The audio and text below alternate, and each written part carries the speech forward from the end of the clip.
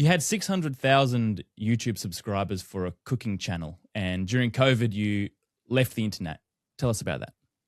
Yeah, it was a crazy kind of journey. Moved to America. My girlfriend at the time had a YouTube channel.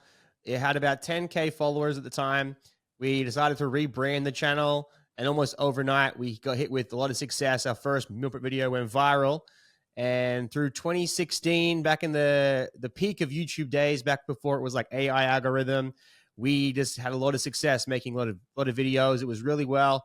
We rode that wave, made tons of videos. And yeah, within that first year, went from 10K to 300K in that first year on YouTube, which is tough. And even back in those days, it was even tougher, but we did very well. And then 2017, we got a book deal with DK Publishing, Penguin Random House. They wanted us to write a cookbook. They originally wanted us to be ghost writers, but we kind of showed them the algorithm and how YouTube worked, and the kind of the people that we had that followed us, and we got them to put us in the book and had like our names on the book. The channel was called Fit Couple Cooks at the time. And then rolling into the end of 2016 to 2017, YouTube changed its algorithm. So back in the day, it used to be like we call it like an analog algorithm, where sequential videos would come up on your feed. So if you watched a video and you clicked on it, you liked, you subscribed, you commented or whatever, it would suggest, but well, actually it wouldn't suggest, it would just play the next video that you posted, and the ad rolls and the end screens would have the clickable, so you could click on the next ad roll, which is kind of gone now. Now it's moving to suggested. So what would happen back in those days, we posted episode 1, someone would watch it, and then it would push them to watch episode 2. And it would push them to watch episode 3. And we would see in analytics that it would push them all the way through. They could watch like about 8 videos at a time. They'd watch our recipes. And yeah, so we got, that's how we got a lot of traction. Like YouTube would push us out and they would follow the journey. And then we kind of grew the journey out of meal prep to follow my life. So it was like my girlfriend was American. And so it was the traveling back and forth between countries because I couldn't stay in America for more than 90 days. So we were traveling to England. We traveled to Greece. We traveled back to Australia. We decided to get married. We post the engagement. We post getting married. We have a Australian wedding. And then I get stuck. I get stuck with a visa. Like my visa process took a long time.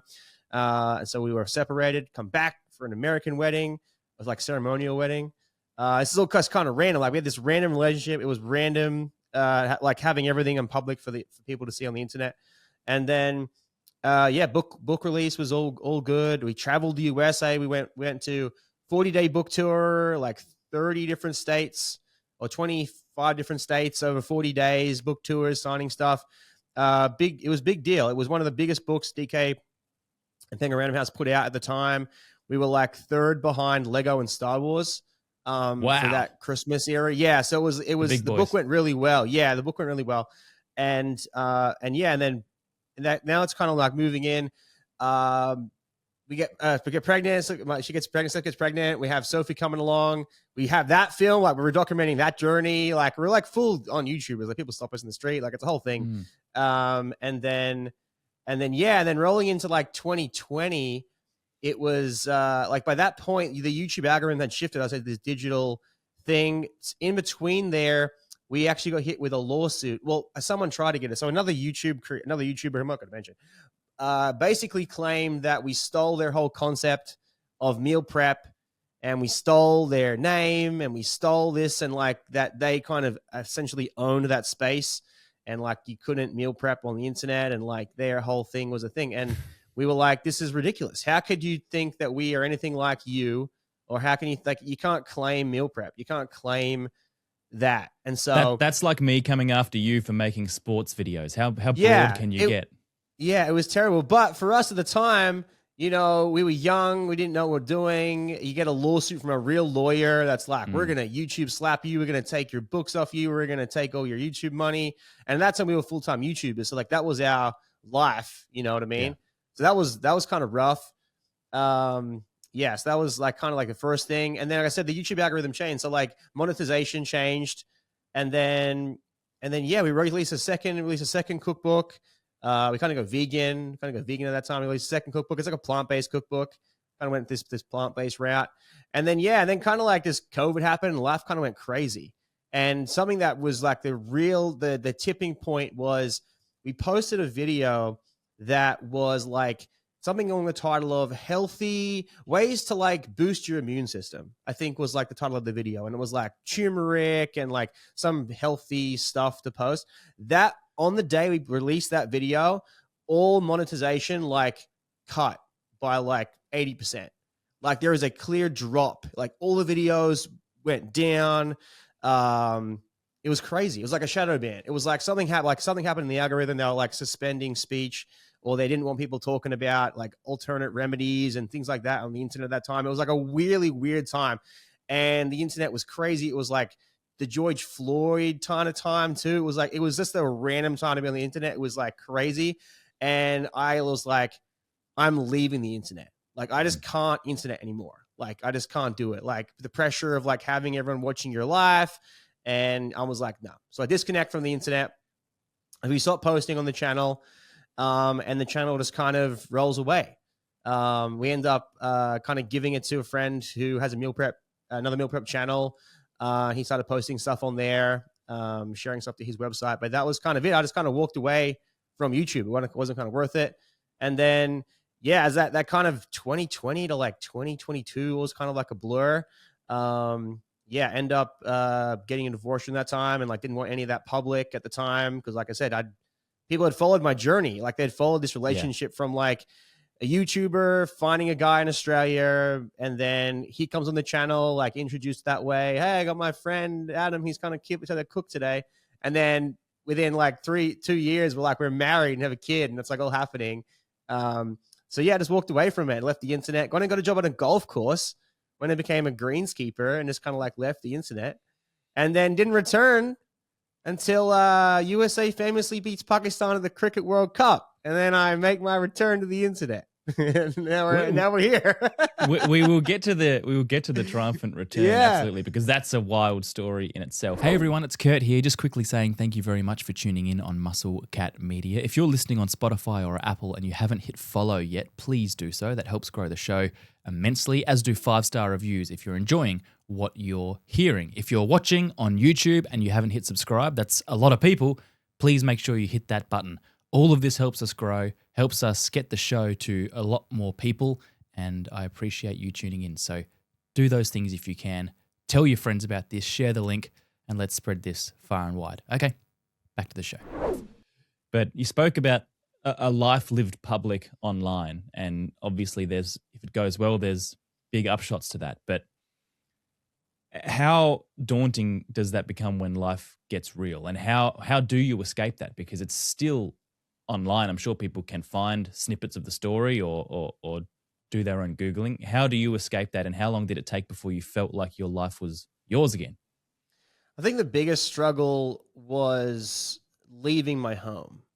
So like I left Australia, and when I left Australia, the main reason I left Australia is because I couldn't see a life for myself in Australia. Like I wanted to be more than what I was.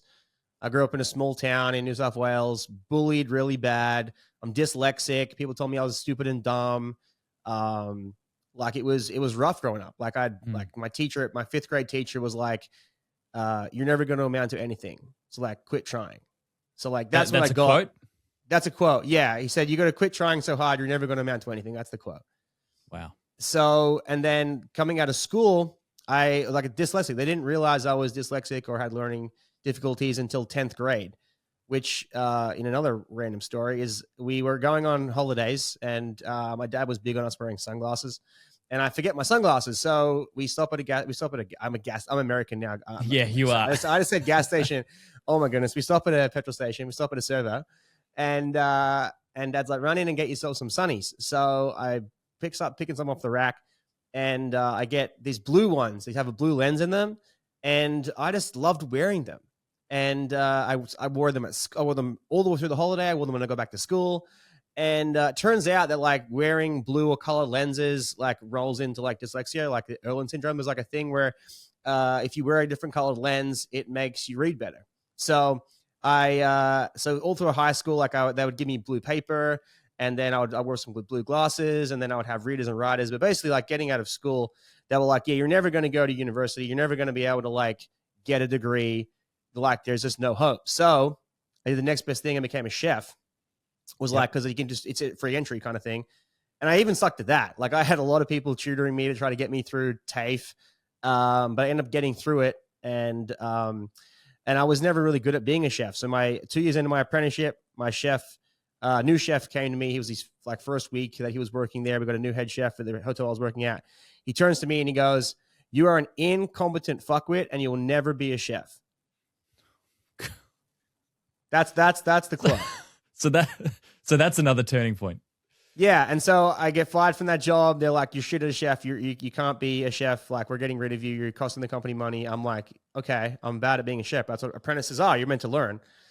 Sure. So anyway, I eventually dig my way back. I kind of take a real break from working. I started working as soon as I got out of school, but took a little time off, went back, got my qualification, got certified as a chef, and then after all that, kind of like left it to be a personal trainer. During that journey, I lost 80 pounds. I was kind of a bigger guy, lost 80 pounds. So now I'm like this hybrid, like chef fitness guy who's trying to start doing stuff on the internet. And then, yeah, when I end up meeting my girlfriend and coming over, it was just, yeah, when I left Australia at that point, we decided to make the decision that I would go. It was like, I kind of left with the thought of, I'm never coming back. And when everything started breaking down during like 2020, it was like I'd been so far from my family. I hadn't seen anyone. I didn't have a support system here. You think about, you lose all your friends. Like, you don't see your friends. Most people I hadn't seen since like my wedding day. And when everything was kind of falling around me, it was like, marriage is getting up in the air. It's like, there's no support system here. The only support system I had was her family. And so it was like, wow. And then lawsuits come, you're like, oh my goodness. And then like, you're trying to be a dad and they're like, oh my goodness. It's just like, it was a lot. And there was really no escaping it. And I had to like, just take the punches and like, yeah, fight through it. So you went dark off of the internet for a couple of years before you stumbled upon the cricket life that is yours now. What did you do for a living in those couple of years? Yeah. So when I left YouTube, I became a greenskeeper. I applied for, like I said, a regular job. I hadn't regular jobbed for a long time. I had worked in network marketing. I had done a lot of stuff online. I essentially worked from home, and then moving into YouTube, I was traveling, doing stuff with YouTube and working from home. I worked from home before working from home was normal. When during COVID, when people started working from home, I wanted to get out of the house. I couldn't stand being in the house anymore. I was just being stuck in the house. So I went and got a greenskeeper's job. I went to a ad in the local paper looking for landscapers and greenskeepers on golf courses. I applied, and I went down and tried it out. I loved it. I loved just like getting out in the morning, fresh dew in the grass. You're hand cutting the greens. It was really cool to have a job that had instant satisfaction. Like, you can make the lines on the green instantaneously. You put a nice edge on the green. It was satisfying in a way, and you're out in nature. And so I really enjoyed it. So I got stuck into that for a good 3 or 4 years doing greenskeeping. And then, like, economy kind of switched real hard. Like, I don't know what year exactly, 2022, 23. Like, everything got way more expensive here in the USA. That was another one of the big things of moving to America, was how cheap it was. So like, when I bought my first home, it was like 3-bedroom, 3-bathroom, 2-acre for like $360,000, which is impossible in Australia. That's like not a thing. Like, you can't buy someone's tin shed for less than $1 million. Not even in Adelaide anymore. I was living in Melbourne for 7 years, and my wife and I always thought when we come back to Adelaide, we'd buy a whole suburb with the with the house money we had from Melbourne. And then COVID hit and everything changed. And obviously it's still slightly more affordable than Melbourne is, but there's no city here that you can look at and go, oh, that's the cheap city anymore. So yeah, those prices are unheard of, particularly only a handful of years ago. Yeah. So that kind of changed like the dynamics of like working and stuff. So moving into like the start of last year, ended up taking a second job. I ended up going back. Like I said, I went into personal training and then kind of left that when I moved to America. But I recently gone back, and I did a little stint at Orange Theory, working as a fitness instructor at Orange Theory, which I loved. I love that so much. Something that I miss, something that the content creator, if you're a full-time YouTuber or in that space, like something that you get isolated quite easily. And you don't have that thing. And even when you are around people, like, you're always thinking about making a video, and you're always pulling your phone out and you're always doing something. So like I really wanted like a job, honestly, where I was around people. And being on the golf course also, you're super isolated out there all day. Like you're just mowing on a machine for hours. So yeah, I decided to go back and like do some fitness, and that was really cool. I met some amazing people and trying to stay connected with the gym there. But yeah, and then that kind of led me to this new position I'm in now at Jomboy Media, which is like incredible. So the T20 World Cup in 2024, yes.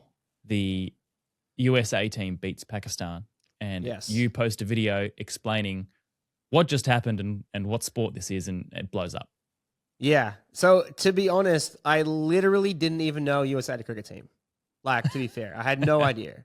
So I played cricket. Yeah, I played cricket all my life. I played cricket. My dad played. His dad played.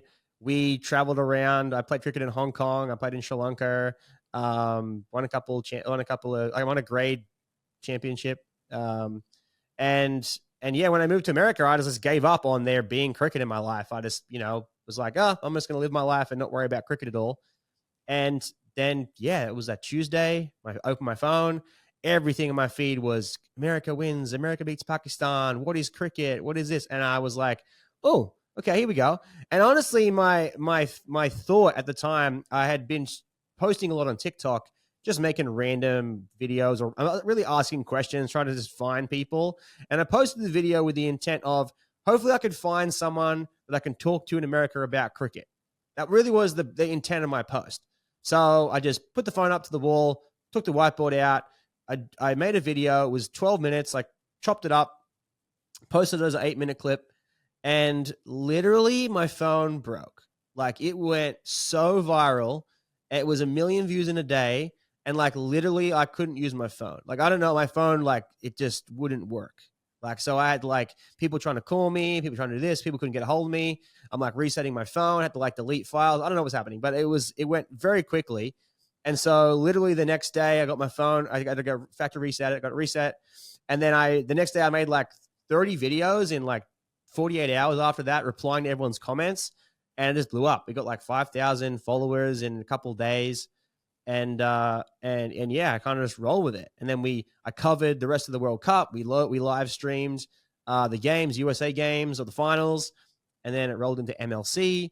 And then I kind of like became the cricket guy. And yeah, and then it led me over here to Jomboy Media. So now full-time Jomboy Media, you're covering cricket and I mean, firstly, tell me about that week. What do you do as a podcaster, content creator covering cricket, especially now you've got the T20 World Cup coming up. So that's a lot. But then there's other stuff like Golfball and things like that we'll get into. But what's the cricket side of your job at the moment? Yeah. So working at JM is kind of crazy. So Jomboy, Jimmy O'Brien, he's the founder of Jomboy Media, and he himself has gotten big in the cricket space. So he started posting cricket videos. I was unaware of him when they were released. He was actually at the World Cup commentating for ICC during these games because he makes breakdown videos for baseball, very big in the USA. Everyone kind of knows the Jomboy breakdown videos. And he was invited out, the ICC invited him out to talk, be on the comms. And then people were tagging him in the comments of my video. And like I said, I didn't know who he was before then. And then, yeah, just through us, we kind of got to a position where he invited me out they were putting a cricket team together to go to Barbados to play beach cricket in the Beach Cricket Blast. And so he invited me out to come and help train for them. And he kind of put together how close I am to them. So I live in Connecticut and he lives in New Jersey and the office is in New York City. So I'm only like an hour and a half from the office.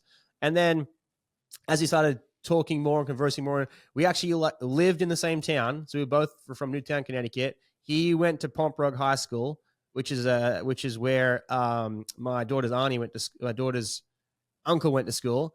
And then he also lived in Sydney for a time. And it was like this weird, like we were almost near each other at the same time. We're the exact same age. We were almost there. And then we happened to be the two cricket guys that we live like an hour from each other here.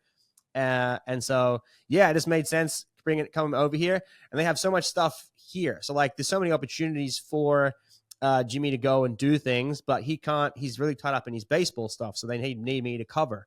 So we kind of launched the channel without really a plan. the conversation I had with Jimmy was like, hey, I got all this opportunity to cover cricket. I can't do it all. You want to do it? I was like, yeah. So like, that's kind of how it started. And then we got Liam Plunkett involved, World Cup winner for England, recently moved to New York. He worked with the Cricket Impact Group. And so that's who set up the Beach Blast for them down in Barbados. And so, yeah, he's been on when we first launched the channel. That was really cool.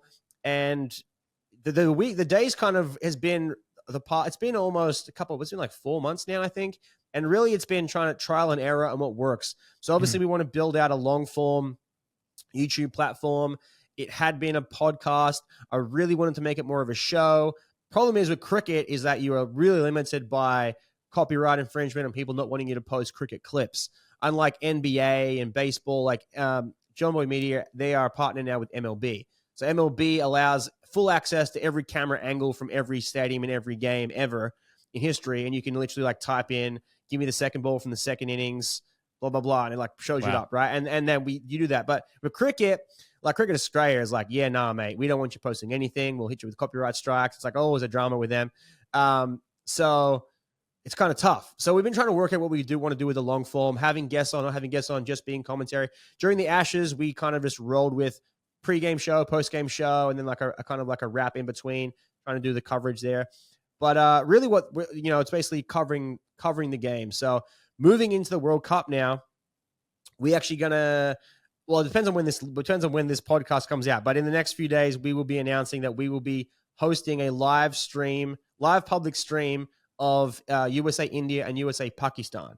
So it'll be live to air on YouTube, and it'll be like not just a watch along, but you'll have the game coverage, and you'll have me, Jimmy, and Liam on comms on YouTube. So like in America, you don't get free to air cricket, but we'll be having 2 free to air viewings, one of USA Pakistan and one of USA India. How did you get the rights? So, like I said, this company is growing phenomenally. Like the CEO was just in Abu Dhabi or Dubai with head of ICC for like the Creators Summit, like the 1 billion summit. Yep. So Courtney's phenomenal. Courtney is actually Jimmy's sister. She's the CEO of Jomboy Media, and yeah, she's phenomenal. But this company's doing some amazing things, like moving the needle so much in the sports media space, and we are getting the big thing we're seeing is that, like I spoke at the Cricket Summit, the Cricket Impact Summit in Santa Clara last year, and I was like, influencers and content creators are the meta now for your distribution for content. If you're not hiring a creator or hiring an influencer to do stuff for you, you're going to miss out, because no one's watching TV. No one's just watching for no reason. Like, people are following people and they're following their journey, and these people have pull. They want to follow someone's journey and like get into what their world. So a lot of these companies are like moving to their advertising and their marketing into that space. What creators can we find to help push our messages out there? What creators can help us lead, viewing ship? So they're kind of like doing a test run, like Willow's doing a test run with us to be like, yeah, can we move the needle? Is putting a free-to-air broadcast with Jimmy, Adam, and Liam on the internet going to be a big needle mover? And other leagues around the world are looking into like giving rights so that we can be the distribution method for their content, rather than them just posting it on their channels. Like, we're posting it. So you're going to see that, like, you're going to see the news first right out of Jomboy, right out of That's Cricket. Yeah, that's where it's moving. And the biggest thing is like some countries and franchises like aren't on board, but it's like, we're just going to roll with it, and you're going to have to come along, because like we're moving the needle. Yeah. And I've found, even with getting sponsorship for shows, and we've had some success with that, and of course many failures, because that's the business world and the podcasting media world. There are still a lot of people who don't see the vision and are still stuck in traditional media ways of, hey, we want to do an ad and we want to do it this way, and we want you to use our product in this way and show this. And that's not really what hits, particularly with Gen Z. As soon as they sniff an ad or something blatant, they switch off. And if you want the 1 or 2 million views that we can get you for a certain thing with our normal content, as soon as we make it clear that that's an ad, we will not be getting those numbers. So it's sort of like the creator is in control of what they put out, pretty much how many people see it, depending on the quality of the content. And if an advertiser or a distributor or someone else wants to come along, then they sort of need to fit that mold if they want the numbers that they originally saw, right? Yeah, absolutely. That's what it is. I mean, yeah, I won't watch an ad, but I'll organically let someone tell me why they use the product. Like, yeah, one of the big thing for me is like I love Tabasco. Like, and I used to say it all the time. I was big like non-GMO guy, and the Tabasco became a brand ambassador for Tabasco. And Tabasco doesn't do that. Like, they don't have brand ambassadors. They don't normally have people like sell their stuff. They don't really have commercials with that much for Tabasco. But Tabasco is in every movie. It's in like every diner scene of every movie ever. Yeah. And so they reached out to us to be ambassadors for them. And I was like, this is the best day ever. Like, they flew us out to Louisiana. I went to Avery Island. I got to pick the chili straight from the vine, learn the history. They even brought me out like a little baggie full of scorpion death sauce. It was like fantastic. I loved it. I love the hot stuff. But like, that's like, you gotta do things that resonate, do things that you do. And that's like something that we held on, like when you did YouTube. We never took a deal that was like, wasn't authentic to us. Unless we used the product, we wouldn't advertise it, or we wouldn't make it a brand deal. You spoke before about Cricket Australia and how stringent they are on media usage, and you can understand it. But I saw something from about 4 or 5 months ago that you posted saying that Cricket Australia, you felt, were coming after you personally with copyright strikes. What happened there? Oh yeah, that was fun. So I got hit on one day. I got hit with 33 copyright strikes, and that was in direct result of me posting my success on LinkedIn. So through the day I posted about USA Pakistan, and I covered, what did we cover? We covered the World Cup. We covered MLC, the American League. And then that rolled into Border Gavaskar Trophy, Australia, India. And so I covered that. That was my sequence of coverage. And during that time, we amassed like millions of views and like, tens of thousands of shares. Like, it was a huge thing. So I ended up posting my success as a LinkedIn post. At that point, like I said, I was still working at the golf course and trying to make my online presence into a business, looking to get into marketing and really help others do what I'm doing, like become a content creator, how to do what I do. Because now at that point, I've had, many, many years and working in socials and growing channels. So I posted all the stats, tagged a bunch of people on LinkedIn. And then, within 24 hours of that post going up LinkedIn, basically all my channels were like just copyright. And on LinkedIn, you can see who viewed your channel. And there's like a whole bunch of Cricket Australia ats, on the side that from Cricket Australia that saw it. And then on TikTok, it shows you who the violation is from. So it was like copyright strike from claim holder Cricket Australia, And that was like, wow. Like, by that point, like, we had 25K on TikTok, and I'm like 3 strikes. I think it's like 3 or 5 strikes on TikTok and you're out. And I'm like a 33 in one day. So like, call my lawyer friends. I'm like, yo, what is this? Like, am I toast here? Like, what's going to happen? He was like, you can just appeal them and see what happens. And I ended up appealing all of them. Some of them got not really, well, there was nothing happened. I appealed them and nothing happened, but it was very clear that I posted that post on LinkedIn with the success, and then you can see Cricket Australia people saw it, and then it came down. And it was actually after the series finished. So like, it was in February. Like, it wasn't even like the tests were all over. So it was like, I don't know what the point of that was, but yeah. It is a tactic that's still, in my mind, stuck in the traditional media world. And look, I understand it, right? The TV rights are worth billions of dollars, so they're very protective of their product. I certainly understand that side of it. But you've also got someone doing very positive, free publicity, reaching an audience that their traditional medium does not. And they come after them with a bitterness or a jealousy, it almost seems. Surely you let the word spread freely. Like, we had a not a similar experience, but we went to the Australian Open and were recording interviews with people, just walking around, speaking to people, getting their experiences of the Australian Open. And it was very positive for the most part. And we got told by security, hey, you can't film in here. So we thought, fair enough, no worries at all. No live streaming, maybe do clips. Okay, no worries. So we did that. And then a different security guard came and said, no, you can't do that. We'll have to take your microphones if you want to continue. And we complied. We volunteered to leave. No dramas, no argument. But in hindsight, I just couldn't stop thinking that I was genuinely trying to promote the positive experience that the crowd was having, and people were interested in it. It seemed that some people probably thought I was a dick, but a lot of people seemed to think it was adding something to the day. There were some great clips that could have come out of it promoting the Australian Open. And if I was on their end, I would think, you know what?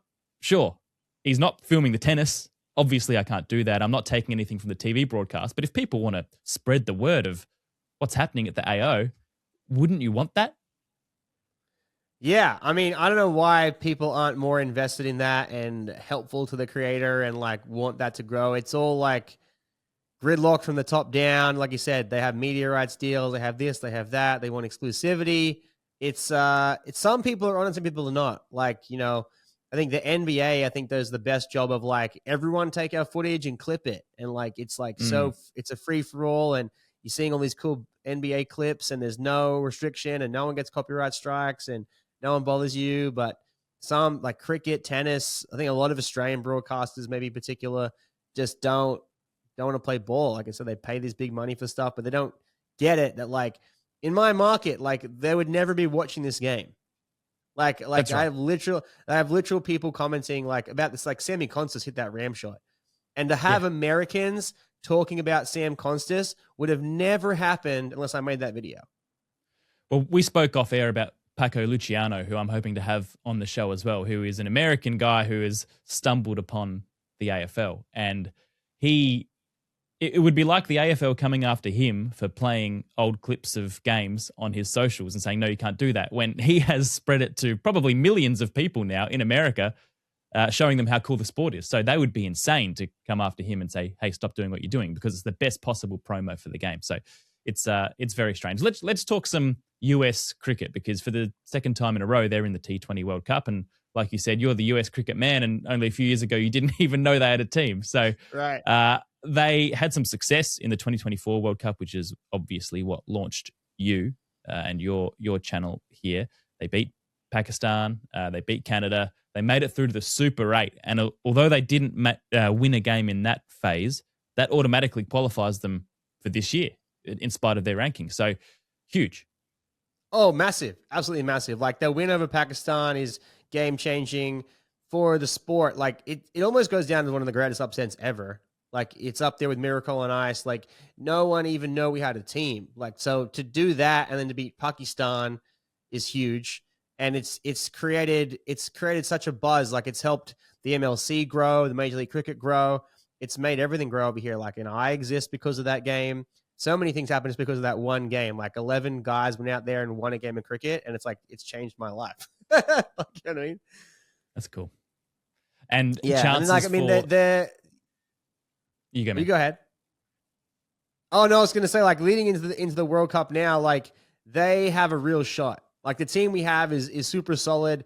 There was a lot of jokes at the time, like, oh, it's just a bunch of guys that do 9-to-5 jobs, like Nitra Volker works at Oracle. It was like, oh, he works at Oracle, and then he just puts he whites on or whatever, he goes out there, boots up his laces, and plays cricket for the USA. Gets Kohli out for a duck. But yeah, we have like a world class team, and a lot of these guys, are USA based, USA born. Obviously, some of them Pakistan, Indian born, but they all live here. They live here. They're citizens here. They're American. They put on the red, white, and blue, and it's amazing. And I think they have a real shot to win in Sri Lanka, India. The lights have gone out at Jomboy Media. If someone paid the bill. I don't know if it's like a sensor in the room. You said this company was flourishing, Adam. I know what happened. What happened to the lights? It still looks good, man. Trust me, it looks a million times better than a lot of other interviews I'll do, I'm sure. I do have a question about Major League Cricket, because it's quite foreign to me, and I'm sure most cricket fans, to see Australians go over and playing franchise cricket in the USA, and that seems to be growing. Is that something that is taking the USA by storm? Has it been a slow build? Do people watch Major League Cricket? It's definitely a slow build. It's I don't know if you watched Finn Allen. He recently talked on The Great Cricket. It's like a holiday basically for them. They play cricket, they play golf, they have a lot of fun. No one knows who they are. so they get to kind of roam around without paparazzi hanging around. But I'm super invested in this thing growing. Like for me, like I said, leaving Australia, I miss cricket. I miss being able to do that.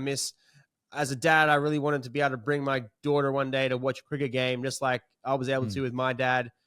And we were at the Oakland Coliseum. So the A's, if you've seen Moneyball, you would know that the A's, and it's an iconic baseball venue, and we got to play cricket there. So the A's aren't playing there; they moved to a different location.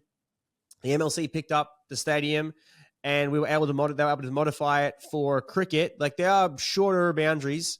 I think like one of them's like a 60-meter boundary, but it was just so cool to play in a stadium like that, like MCG or SCG. They're kind of like a little bit more open space, but these like it's kind of like on you that the way that the baseball stadiums are built, and it was just really cool to be playing it there.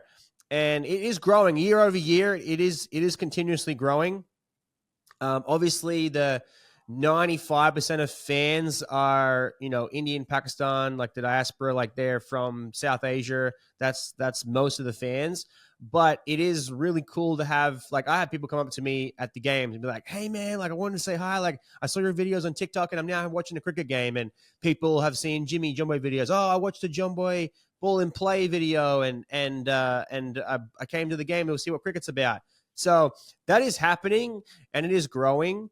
And it's only going to get bigger and bigger and bigger, especially because we have such big names out here. It's like mini IPL coming out here. You got Maxwell Smith, you got Head, you got Nicholas Pooran, you got, all kinds of from all over the world. You got Pollard, it's a lineup. Like a funny story, we were taking a taxi. We were going to one of the semifinal games, maybe even the final game at Grand Prairie Stadium.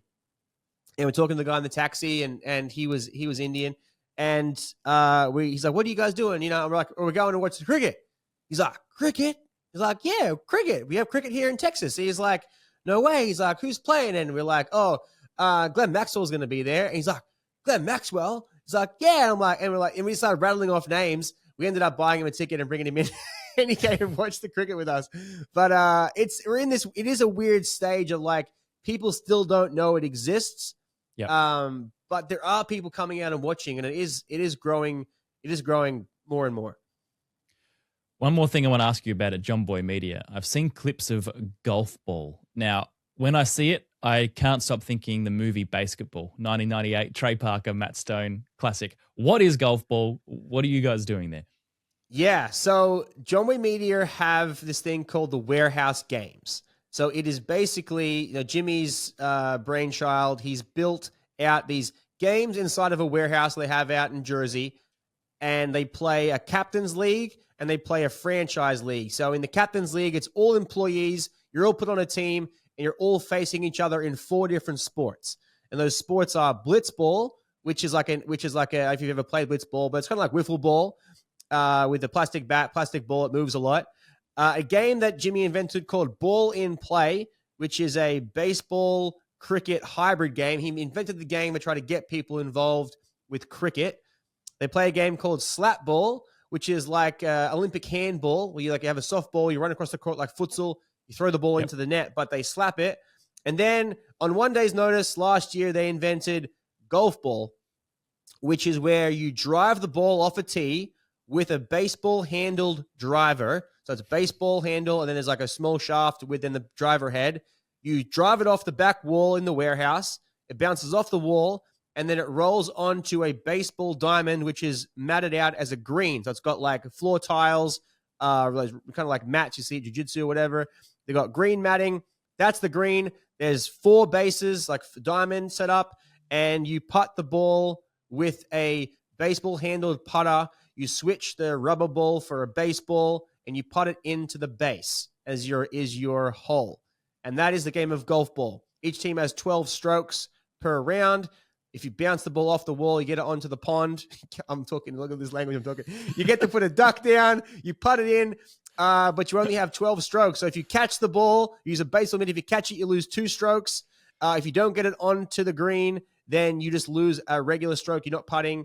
And if you don't make it onto the green, you have to chip from the chipping zone. You chip a baseball with a giant, like oversized plastic chip wedge.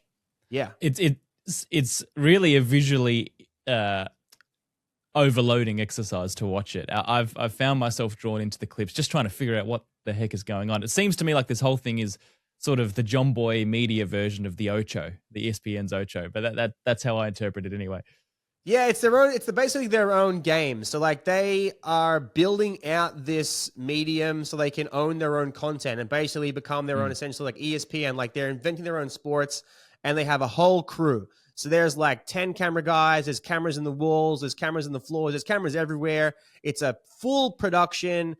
Call times set up. Like it is a full real production. And yeah, they're playing for like big like trophies, like the big sign behind me, the Blitzball battles. They fly in athletes. Like I said, they have the Captain's League where it's all employees, but in the franchise league, they'll bring in pro athletes. So there's pro athletes from softball world, the cricket world, the baseball world. They have Trevor Plouffe out there. They have a whole bunch of guys that just want to raise it up. But it's a bunch of guys, a bunch of people just like having fun, recording it, and putting it on the internet, and people love it. That's really what it is. Yeah, it's really cool. That's what we're all trying to achieve. Adam, Bannon, thanks for your time. I appreciate your candor, mate. Thanks, mate. You did it. You made it to the end. Thank you very much. I appreciate you tuning in to Curt Can't Talk. A reminder to hit follow or subscribe wherever you're listening or watching along. Tell your friends as well. Let's spread this as far as we can. Curt Can't Talk is everywhere. Instagram, TikTok, YouTube, Facebook. So make sure you hit follow and let's make this thing big. I appreciate it. We'll see you next time.